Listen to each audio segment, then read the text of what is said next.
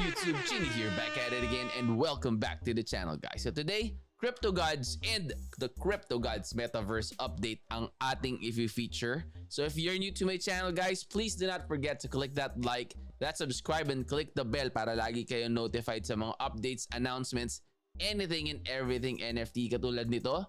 So sa mga holders ng Gods token katulad ko, ako hawak ko pa din yung Gods ko mula nung tumaas na sobrang taas hanggang bumaba na sobrang baba. Hawak ko pa rin siya. Naniniwala ako dito sa project na to.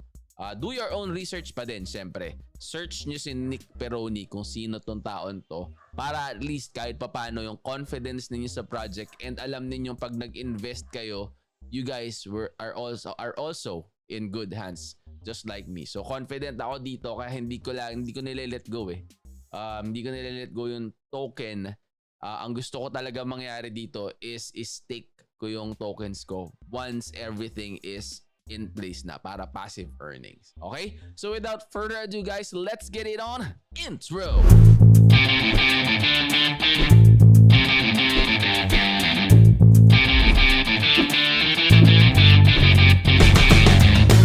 Okay, guys. So panoorin natin yung sneak peek ng Crypto Gods.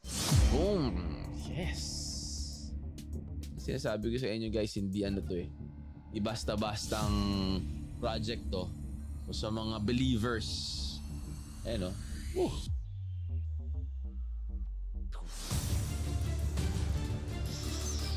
Look at that. Oh my goodness. Eto, pag lumabas tong gameplay na to, lalaroin ko yan sigurado. Galing oh, parang may pagkaano siya, Mirror 4 ang labanan eh. Oh. Stig. Yun naman, no? Oh. Solid. So, teaser pa lang yan, guys. Okay? Marami pa mga idadagdag si Crypto Gods dyan. Yan. Crypto Gods. Strive. Yung. Okay, so yun yung update natin, guys, kay Crypto Gods. So Crypto Gods Strive ang pangalan niya sa Metaverse. So abangan natin yan. So just know na hindi lang basta-basta kung ano yung gameplay natin ngayon na P2E or yung daily na click natin or follow natin kay Crypto Gods. Hindi lang yun ang end game ng project na to. So know na yung project is a really huge project and the team behind it are working day and night para lang talagang, alam mo yun, maibigay kung ano yung deserve ng mga investors, ng mga players. Katulad ko din. Ako, sabi ko nga sa inyo, ang laki ng token na hawak ko. Pumalo na yan ng magandang price noon, bumagsak ng sobrang baba. Pero I'm still holding it kasi nga, again, this project is something na, kumbaga, para sa akin, will be one day be on top of the other NFTs. Lalo na yun, yung MOBA gameplay nila sa Crypto Gods Strive Metaverse. Okay? So, i-follow nyo yan, check nyo yan, guys. Do your own research. Tignan niyo kung sa tingin niyo okay bang pag-investan yan on your part? Okay bang lagyan ng pera yan? These days, guys, ngayong December, medyo struggle talaga halos lahat ng mga, actually kung hindi halos lahat ng mga NFTs. Nagbabaan yung price, bumagsak si Bitcoin, and sabi nila, talagang ganun daw ang December for crypto kasi nga nagle-liquidate yung mga tao ng mga assets nila.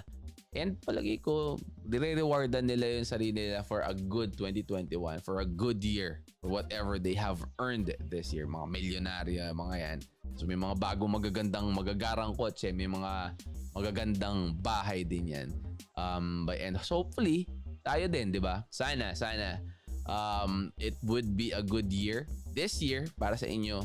And then, for 2022, best of luck for everyone. Hopefully nakasubscribe kayo dito sa channel ko para mabigyan ko din kayo ng mga updates kung ano yung mga lumalabas, tsaka kung ano yung mga na-feature na nating games like yan, Farmers World, League of Ancients tayo, and kung ano-ano pa yan. May Geopoly, guys, silipin nyo din yan, sa mobile naman siya.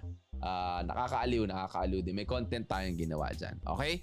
So hanggang dito na lang muna yung content natin with Crypto Gods. Once magkaroon ng update ulit, gagawa ulit tayo ng content. So make sure that you are subscribed and nakaklik yung all sa bell para lagi kayo manonotify once nag-upload tayo. Okay? So that's it for me. I'm out. I will see you on the next.